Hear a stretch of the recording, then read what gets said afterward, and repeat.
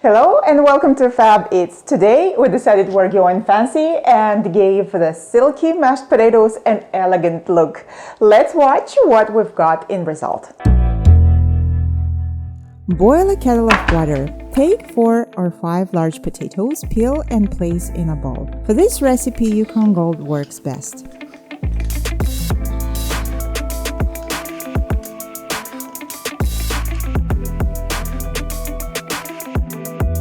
Wash potatoes well in the cold water to remove any dirt. Drain, chop roughly, and place in a large pot.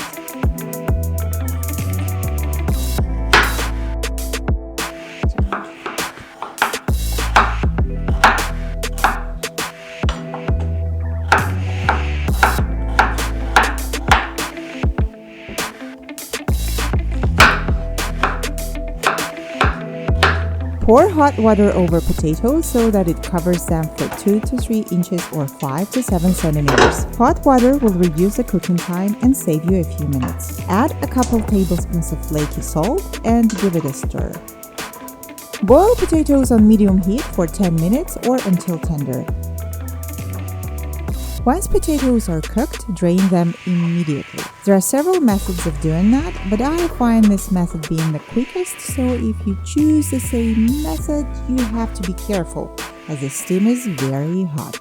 Right after draining potatoes, add 50 grams of butter and 1/4 cup of heavy cream. Different cooks recommend melting the butter first and warming up the cream, but I find that using butter and cream at room temperature is just fine. Start mashing potatoes and incorporate the butter and cream that have started melting on the hot potatoes. There are recipes that call for adding an egg yolk to enrich the taste of potatoes and give them brighter yellow shade, but you can easily skip this addition if you are using the Yukon Gold kind of potatoes. At the end of the process, check the taste and add salt or even your favorite spices if you wish. Or don't add anything, like I did in this recipe, to enjoy butter and cream flavors. Now that the taste is on point, it's time to perfect the texture. Put your freshly mashed potatoes through a sieve to get rid of the clumps that you didn't mash with a masher. This may seem an unnecessary step as potatoes are already mashed, or you might have used potato ricer instead, but putting potatoes through a sieve is what makes them super silky and perfect for piping. For this recipe, I used piping tip called a star, and if you decide using the same or similar tip, you'll have to make sure your potatoes are perfectly smooth and free of even the smallest clumps. I used a 12 inches piping bag and had to refill it twice to make the swirls. Scoop mashed potatoes into the piping bag, and please don't repeat my mistake putting the piping bag with a tip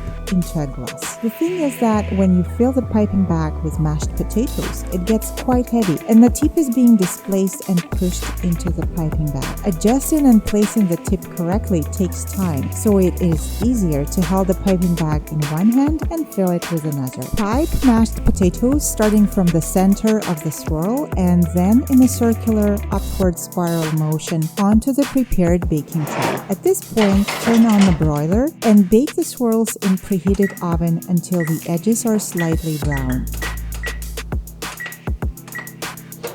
In about 4 minutes, take them out and let them cool for a few minutes. Now that the potato swirls are ready, it's time to serve them. Use a spatula or a flipper to very gently remove them from the baking tray and place onto a platter. Garnish with finely grated feta cheese and minced green onions. Serve and enjoy. We in Fab Eats love potatoes and are always looking for some inspiration to kick our potato dishes with. Today we were happy to share this video with you. So if you liked what you have just watched, subscribe, share, and let us know in the comments what your favorite potato dish is, if there is such. This recipe is not a brainer, but just in case you need a reference, we posted it in the description below.